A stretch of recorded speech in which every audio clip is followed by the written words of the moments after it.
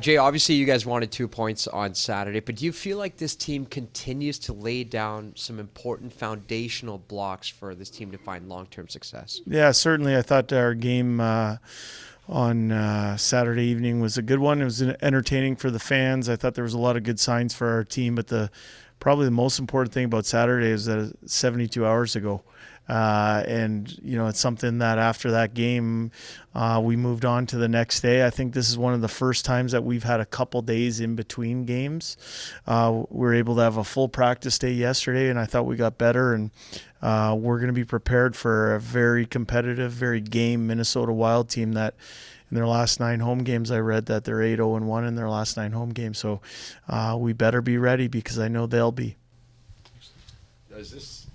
Talking about being ready, is this stretch that you guys are in kind of exactly what you need heading into the playoffs? You got Dallas, you got St. Louis, or Colorado, you've got Minnesota, you got Nashville, you got Vegas, like all these teams fighting for playoff spots, good teams with stuff on the line. Yeah, my concern is tonight and the team that's immediately before us.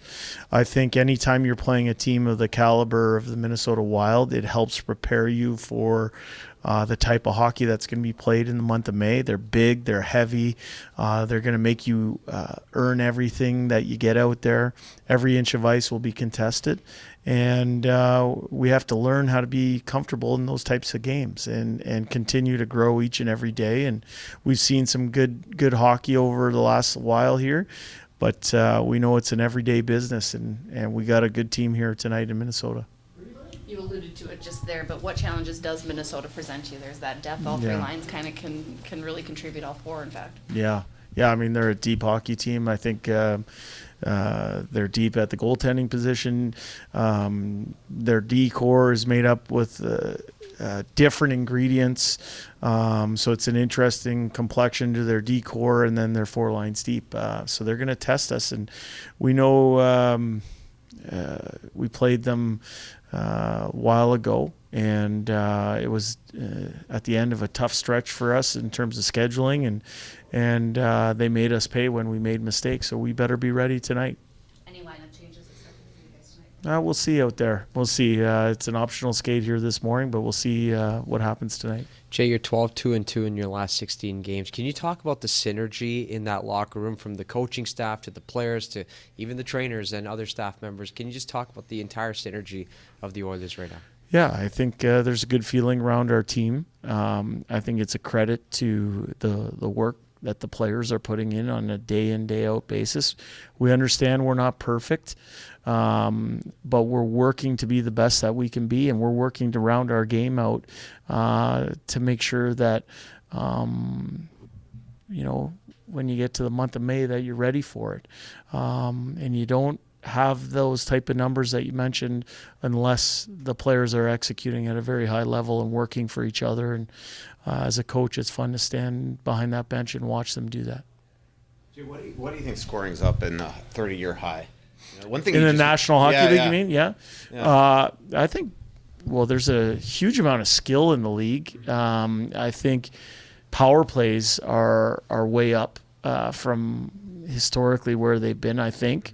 It wasn't that long ago when if you had a 19-20% power play, you're in the top 5 in the National Hockey League. So I think that has something to do with it. I think teams' mindsets going in isn't just lock it down in a 1-0 fashion. It's to continue to press, and when you put all that stuff together, it leads to a little bit more goal scoring and exciting for the fans. One player on the Wild mentioned, and you kind of alluded to it, you finally had a practice yesterday, and he said the other day that he wonders if scoring's up also because there's like no practices anymore in the National League. That messes the structure up. And yeah. I mean, I know. When Dave Manson and I came up from Bakersfield, it was, I think, 6 games in 9 nights or 5 games in 7 nights because of all the COVID rescheduled games and all that. And it makes it tough to work at your game. You can do as much video as you want, and you can have an idea of what you want to do, but to be able to rep it out or walk through things in practice, I think is important. And, that could be a factor for sure. Coach coaches change the way they approach it? Like, I remember the great Jacques Lemaire would Yeah. kill the game, and now you sort of have to. That's your opinion that he killed the game. In terms of the coaching world, they would say that he's a maestro. No, but I would say that given the scheduling issues, you have to be precise in your messaging, and you have to pick your spots of when you're going to work on some things, and that's what we've tried to do here, kind of in this crazy schedule that we've had over the last 2 months.